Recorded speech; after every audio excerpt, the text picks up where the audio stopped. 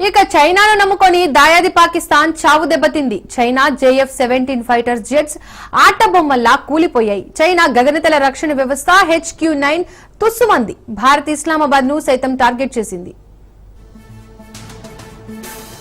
చైనాతో వార్ అంత ఈజీ కాదని భయపడుతుంటారు, కానీ ప్రచారం వేరు, రియాలిటీ డిఫరెంట్. చైనా ఆయుధ సంపత్తిని చిత్తుగా స్మాష్ చేసి పడేసింది ఇండియన్ ఆర్మీ. పాక్ తో జరుగుతున్న యుద్ధంలో చైనా లేటెస్ట్ టెక్నాలజీని కూల్చిపడేసింది.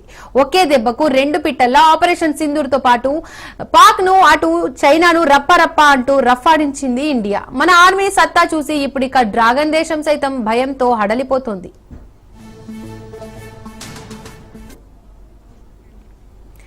పాకిస్తాన్ ఆర్మీ పేరుకే పాక్ అని ఉంటుంది, కానీ అది వాడేదంతా చైనా వెపన్సే. పాక్ అణ్వస్త్ర సాయం చేసింది కూడా డ్రాగన్ కంట్రీనే అంటారు. ఇండియా మీద కోపంతో పాకిస్తాన్ కు అనేక రకాలైన వార్ టెక్నాలజీని అంటగట్టింది. అందులో అతి ముఖ్యమైనది ఎయిర్ డిఫెన్స్ సిస్టమ్. భారత్ చేసే దాడులను ముందుగా గుర్తించి నిలువరించే వ్యవస్థ. చైనాకు చెందిన HQ-9 డిఫెన్స్ సిస్టమ్ ను పాక్ వాడుతోంది. పేరుకైతే ఉంది, కానీ అర్ధరాత్రి జరిగిన ఆపరేషన్ సింధూర్ లో ఆ చైనా సరుకు దుబ్బు పట్టుకొని నిద్రపోయినట్టుంది. చైనా మెడ్ ఎయిర్ డిఫెన్స్ సిస్టమ్ ను బోల్తా కొట్టించి మన మిస్సైళ్లు, డ్రోన్స్ పాక్ పై విరుచుకుపడ్డాయి.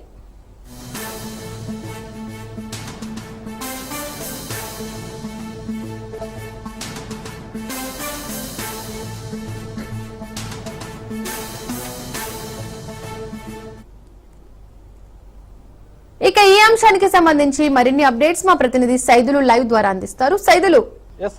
దీపిక, చైనాని నమ్ముకొని పాకిస్తాన్ చావు దెబ్బ తిన్నది. ఎందుకంటే చైనాకు చెందినటువంటి JF-17 ఫైటర్స్ మన యొక్క భారత్ దెబ్బకి ఆట బొమ్మల కుప్పకూలిపోయాయి. నిన్న పాకిస్తాన్ జరిపిన దాడుల్లో భాగంగా చైనాకు చెందినటువంటి JF-16-17 ఫైటర్స్ ని మన పైన దాడి చేసేందుకు పాకిస్తాన్ ప్రయత్నించింది. ఆ ప్రయత్నాన్ని ప్రతిస్పందిస్తూ భారత్ సైన్యం తిప్పికొట్టడంతో ఆట బొమ్మల్లా అవి పడిపోయాయి.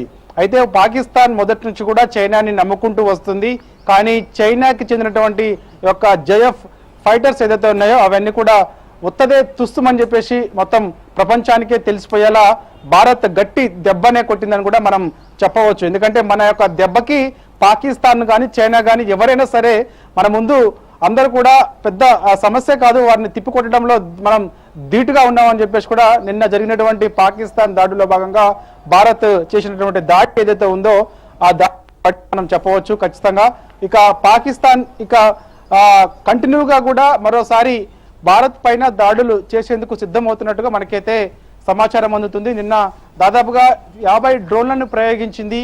ఈ యొక్క డ్రోన్లతో పాటుగా 2 యుద్ధ విమానాలను కూడా మన పైన పాకిస్తాన్ ప్రయోగించింది.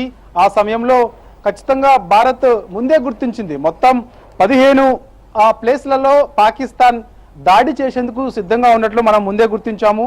ముఖ్యంగా శ్రీనగర్, అవంతిపోరా, జమ్మూ, పఠాన్కోట్, కపూర్తలా, అదంపూర్, అమృత్సర్, లుధియానా, బటిండా, జలంధర్, చండీగఢ్, నల్, పలోడి, ఉత్తర్ లోయ, బూజ్ ఇవి పాకిస్తాన్ ప్రధానంగా ఈ యొక్క 15 స్థావరాలను టార్గెట్ చేసుకొని దాడి చేసేందుకు సిద్ధమైంది. అంటే ఎందుకు ఈ 15 స్థావరాలని టార్గెట్గా చేసుకుందంటే పాకిస్తాన్ బోర్డర్ పరిధిలోనే ఇవి ఉంటాయి కాబట్టి, ఈ ప్లేసెస్ ఉంటాయి కాబట్టి, సో అందుకు చాలా ఈజీగా భారత్ను దెబ్బ కొట్టాలని పాకిస్తాన్ ప్రయత్నం చేసింది. కానీ ఆ పాకిస్తాన్ చేసిన ప్రయత్నాలు ఫలించలేదు.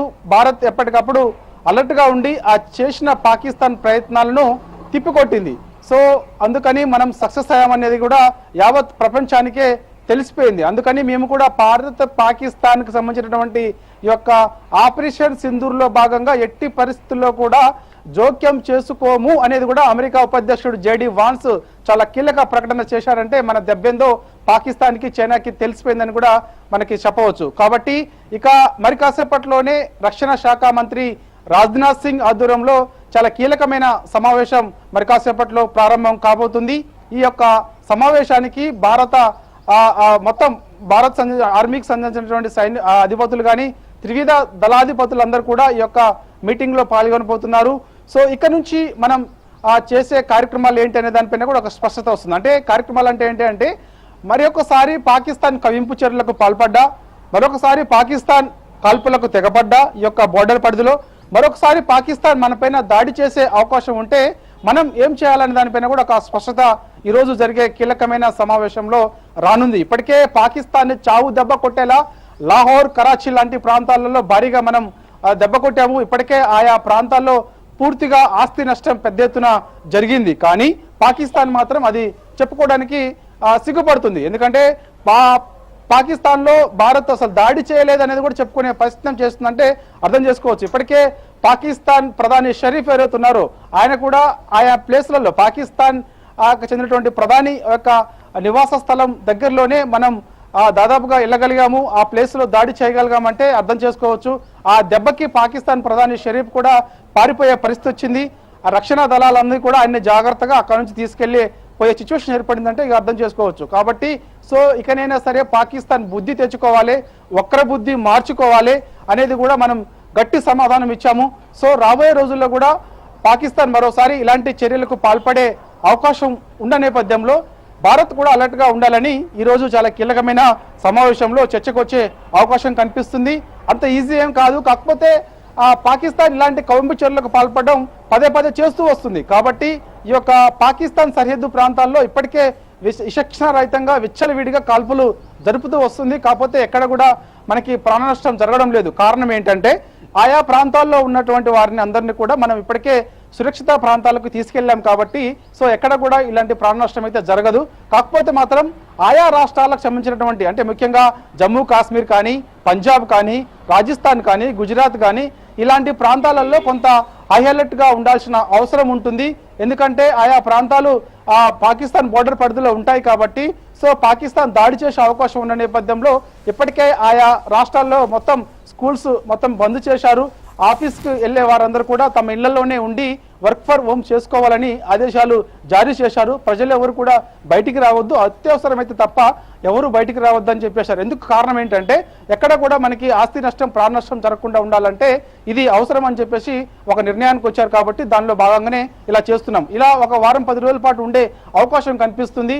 సో మనం కూడా అలర్ట్ గా ఉంటాం. పాకిస్తాన్ ఎటువంటి చర్యలకు పాల్పడ్డా మరోసారి కుక్క చావు చచ్చేలా చావు దెబ్బ ఖచ్చితంగా భారత్ వారిని కొట్టేందుకు సిద్ధమవుతుంది. ఇప్పటికే మొత్తం అటు వాయుసేన కానీ, అదేవిధంగా ఆర్మీ కానీ, బిఎస్ఎఫ్ కానీ మొత్తం ఉమ్మడిగా భారత త్రివిధ దళాధిపతులందరూ కూడా ఉమ్మడిగా కీలక సమావేశం మరి కాసేపట్లో నిర్వహించనున్నారు. ఈ సమావేశంలో అనేక నిర్ణయాలు తీసుకోబోతున్నారు. ఎట్టి పరిస్థితుల్లో కూడా పాకిస్తాన్ మరోసారి ఇలాంటి చర్యలకు పాల్పడితే మాత్రం ఖచ్చితంగా చావు దెబ్బ తినేలా గట్టిగా ఈసారి కొట్టాల్సిందని చెప్పేసి కూడా ఒక నిర్ణయానికి రాబోతున్నారు. ఇప్పటికే పాకిస్తాన్ తోక ముడిచి పారిపోయిందని కూడా మనం చెప్పవచ్చు. ఎందుకంటే పాకిస్తాన్ ఆర్మీ అధిపతి ఎవరు ఉన్నారు ఆయన చేతులెత్తే పరిస్థితికి వచ్చింది, ఆయనే చేతులెత్తేసి వెళ్ళిపోయే పరిస్థితికి వచ్చిందంటే అర్థం చేసుకోవచ్చు. పాకిస్తాన్ ప్రధాని షరీఫ్ కూడా ఆఖరికి ఆయన పరిస్థితి బాగలేక ఆయన ఇంటిపైన దాడి చేస్తామని భయంతో ఆయన అక్కడి నుంచి వెళ్ళిపోయారంటే అర్థం చేసుకోవచ్చు. సో ఇక ఖచ్చితంగా రానున్న రోజులలో కూడా ఖచ్చితంగా పాకిస్తాన్ ఉగ్ర స్థావరాలు ఏదైతే ఉన్నాయో పాకిస్తాన్ ఉగ్ర స్థావరాలకు సంబంధించి పాకిస్తాన్ ఉగ్రవాదులను పెంచి పోషిస్తుంది కాబట్టి వాటిని టార్గెట్ గానే మాత్రమే ప్రజలకు ఇబ్బంది తలెత్తకుండా వాటిని టార్గెట్ ను కొట్టాం. కానీ పాకిస్తాన్ మాత్రం ప్రజలపైన భారత్ చెందినటువంటి రాష్ట్రాల్లో ముఖ్యంగా ఈ యొక్క జమ్మూ కాశ్మీర్ ప్రాంతంలో అంటే ఉన్నటువంటి ప్రాంతాల్లో టార్గెట్ గా చేసుకొని జనావాసాల్లోని విచక్షణరహితంగా పాల్పులకు తెగపడ్డదనేది కూడా మనం ఒక వాదన.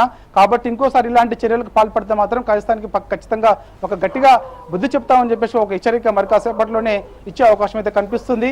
సో ఇక ఇప్పటికే అజిత్ దోవల్ దేశ భద్రతకు చెందినటువంటి అంశంలో ప్రధాని మోడీ తోటి మరొకసారి భేటీ కూడా అయ్యే అవకాశం కనిపిస్తుంది. ప్రధాని మోడీ తోటి హై లెవెల్ మీటింగ్ కూడా మరి కాసేపట్లో కానుంది. ఎందుకంటే రక్షణ శాఖ మంత్రి రాజ్నాథ్ సింగ్ ఆధ్వర్యంలో ఈ యొక్క భారత త్రివిధ దళాధిపతుల మీటింగ్ అయిపోయిన తర్వాత అందులో తీసుకున్న నిర్ణయాలకు సంబంధించి ఏం నిర్ణయాలు తీసుకున్నారా అనే దానిపైన కూడా రక్షణ శాఖ మంత్రి రాజ్నాథ్ సింగ్ మన మోడీతో భేటీ అవుతారు. భేటీ అయిన తర్వాత ఆ అంశాలు మోడీకి చెప్పే అవకాశం ఉంది. దాని తర్వాత ఫర్దర్ గా మనం ఏం చేయాలి, ఏ విధంగా ముందుకెళ్లాలి దానిపైన కూడా ఒక నిర్ణయానికి భారత్ రాబోతుంది. Deepika. Okay, thank you Saidulu.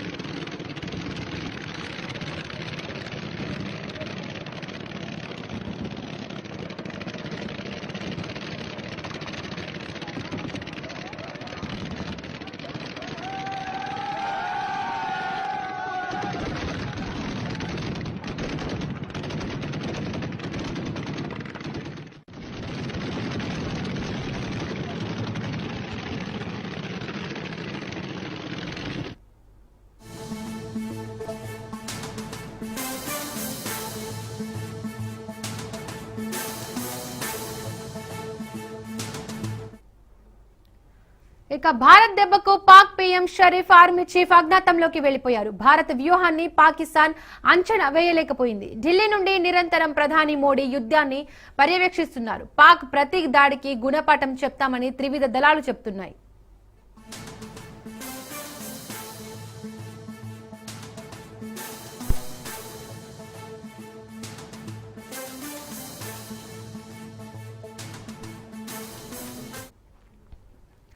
భారతదేశం పాకిస్తాన్ మధ్య ఉద్రిక్తతలు పెరిగాయి. పాక్ రాజధాని ఇస్లామాబాద్ పై భారత సైన్యం దాడి చేసింది. భారత సైన్యం ఇస్లామాబాద్ ను లక్ష్యంగా చేసుకుని డ్రోన్లు, మిస్సైళ్లతో దాడికి దిగింది. పాకిస్తాన్ ప్రధానమంత్రి షాబాజ్ షరీఫ్ అధికారిక నివాసానికి 20 కిలోమీటర్ల దూరంలో పేలుడు సంభవించింది.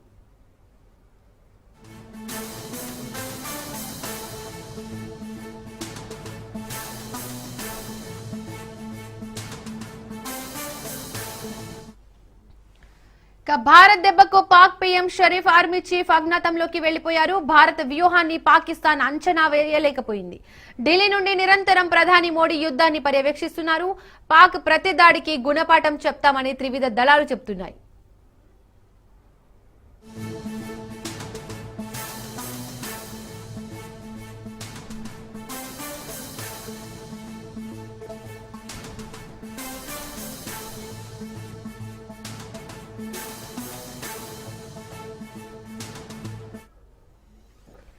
భారతదేశం పాకిస్తాన్ మధ్య ఉద్రిక్తతలు పెరిగాయి. పాక్ రాజధాని ఇస్లామాబాద్ పై భారత సైన్యం దాడి చేసింది.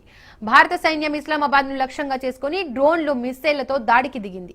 పాకిస్తాన్ ప్రధానమంత్రి షాబాజ్ షరీఫ్ అధికారిక నివాసానికి 20 కిలోమీటర్ల దూరంలో పేలుడు సంభవించింది.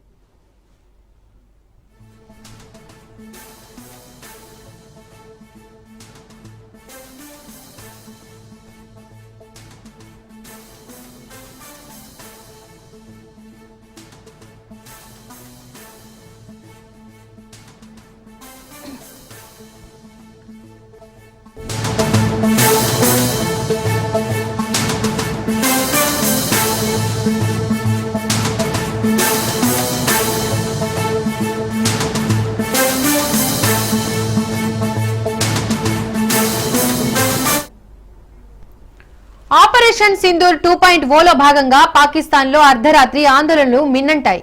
ఇస్లామాబాద్ లో అర్ధరాత్రి మాజీ ప్రధాని ఇమ్రాన్ ఖాన్ అనుచరులు ర్యాలీ నిర్వహించారు. ఇమ్రాన్ ఖాన్ ను విడుదల చేయాలంటూ పెద్ద ఎత్తున నినాదాలు చేశారు. ఓవైపు యుద్ధం, మరోవైపు నిరసనలు చెలరేగడంతో పాక్ ప్రభుత్వం ఉక్కిరిబిక్కిరవుతోంది.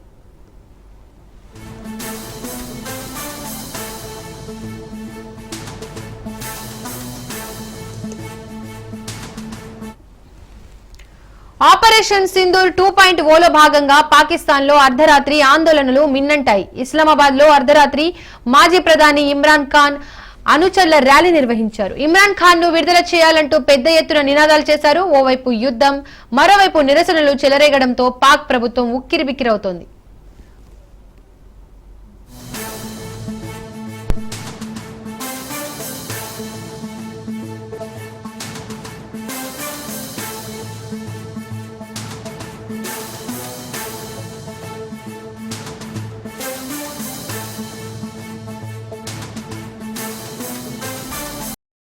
పాక్ మధ్య ఉద్రిక్తతలు కొనసాగుతున్నాయి. ఈ నేపథ్యంలో కేంద్ర మంత్రి రాజ్నాథ్ సింగ్ త్రివిధ దళాల అధిపతులతో భేటీ అయ్యారు. చీఫ్ ఆఫ్ డిఫెన్స్ స్టాఫ్ తోనూ ఆయన సమావేశమయ్యారు. మరోవైపు పాక్ కాల్పుల విరమణ ఒప్పందాన్ని ఉల్లంఘిస్తోంది. నియంత్రణ రేఖ వెంట గురువారం రాత్రి పాక్ కు చెందిన 50 డ్రోన్లకు భారత్ కూల్చివేసింది. ఉదంపూర్, సాంబా, జంబూ, అఖ్నూర్, నగ్రోటా, పఠాన్కోట్ ప్రాంతాల్లో వీటిని కూల్చివేసింది. ఈ క్రమంలో రాజ్నాథ్ సింగ్ భేటీలకు ప్రాధాన్యం ఏర్పడింది.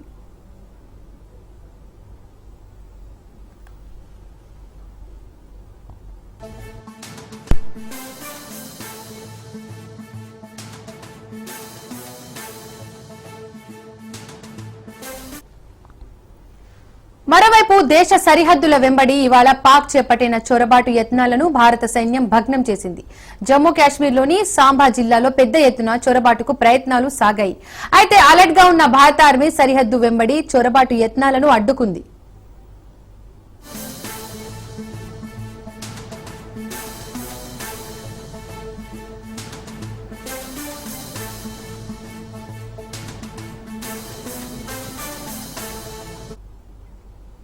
మరోవైపు పాకిస్తాన్ షెల్లింగ్ సరిహద్దుల్లో ఉద్రిక్త పరిస్థితులను రక్షణ శాఖ మంత్రి రాజ్నాథ్ సింగ్ సమీక్షిస్తున్నారు. అదేవిధంగా నేడు దేశ భద్రతపై ఢిల్లీలో పలు కీలక సమావేశాలు కొనసాగనున్నాయి.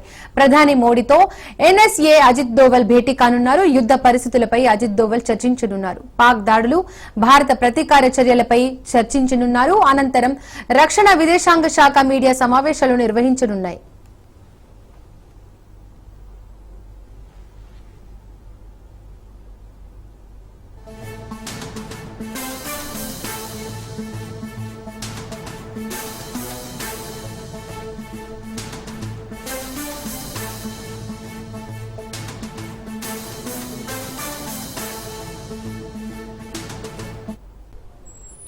దేశంలోని అన్ని విమానాశ్రయాల్లో భద్రతా చర్యలకు కేంద్రం ఆదేశాలిచ్చింది. విమానయాన సంస్థలకు కూడా భద్రతాపరమైన ఆదేశాలు జారీ చేసింది.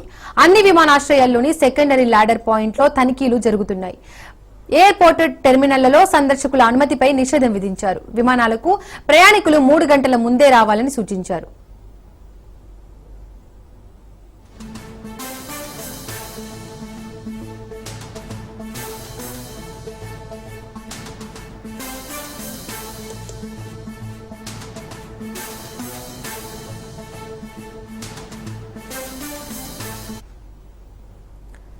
దేశంలోని అన్ని విమానాశ్రయాల్లో భద్రతా చర్యలకు కేంద్రం ఆదేశాలిచ్చింది. విమానయాన సంస్థలకు కూడా భద్రతాపరమైన ఆదేశాలు జారీ చేసింది. అన్ని విమానాశ్రయాల్లోని సెకండరీ ల్యాడర్ పాయింట్లో తనిఖీలు జరుగుతున్నాయి. ఎయిర్పోర్ట్ టెర్మినళ్లలో సందర్శకుల అనుమతిపై నిషేధం విధించారు. విమానాశ్రయాలకు ప్రయాణికులు 3 గంటల ముందే రావాలని సూచించారు.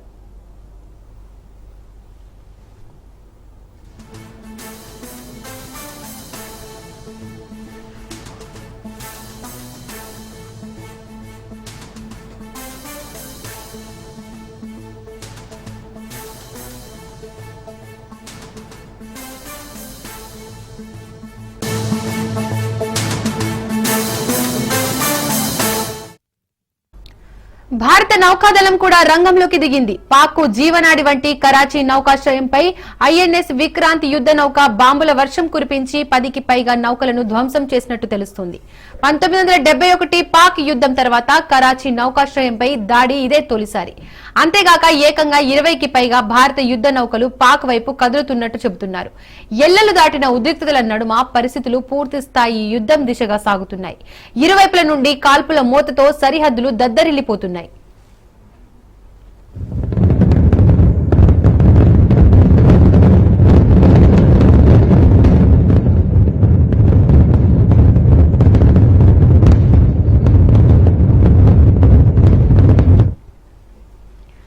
భారత నౌకాదళం కూడా రంగంలోకి దిగింది. పాక్ జీవనాడి వంటి కరాచీ నౌకాశ్రయంపై ఐఎన్ఎస్ విక్రాంత్ యుద్ధ నౌక బాంబుల వర్షం కురిపించి 10కి పైగా నౌకలను ధ్వంసం చేసినట్టు తెలుస్తోంది. 1971 పాక్ యుద్ధం తర్వాత కరాచీ నౌకాశ్రయంపై దాడి ఇదే తొలిసారి. అంతేగాక ఏకంగా 20కి పైగా భారత యుద్ధ నౌకలు పాక్ వైపు కదులుతున్నట్టు చెబుతున్నారు. ఎల్లలు దాటిన ఉద్రిక్తతల నడుమ పరిస్థితులు పూర్తి స్థాయి యుద్ధం దిశగా సాగుతున్నాయి. ఇరువైపుల నుండి కాల్పుల మోతతో సరిహద్దులు దద్దరిల్లిపోతున్నాయి.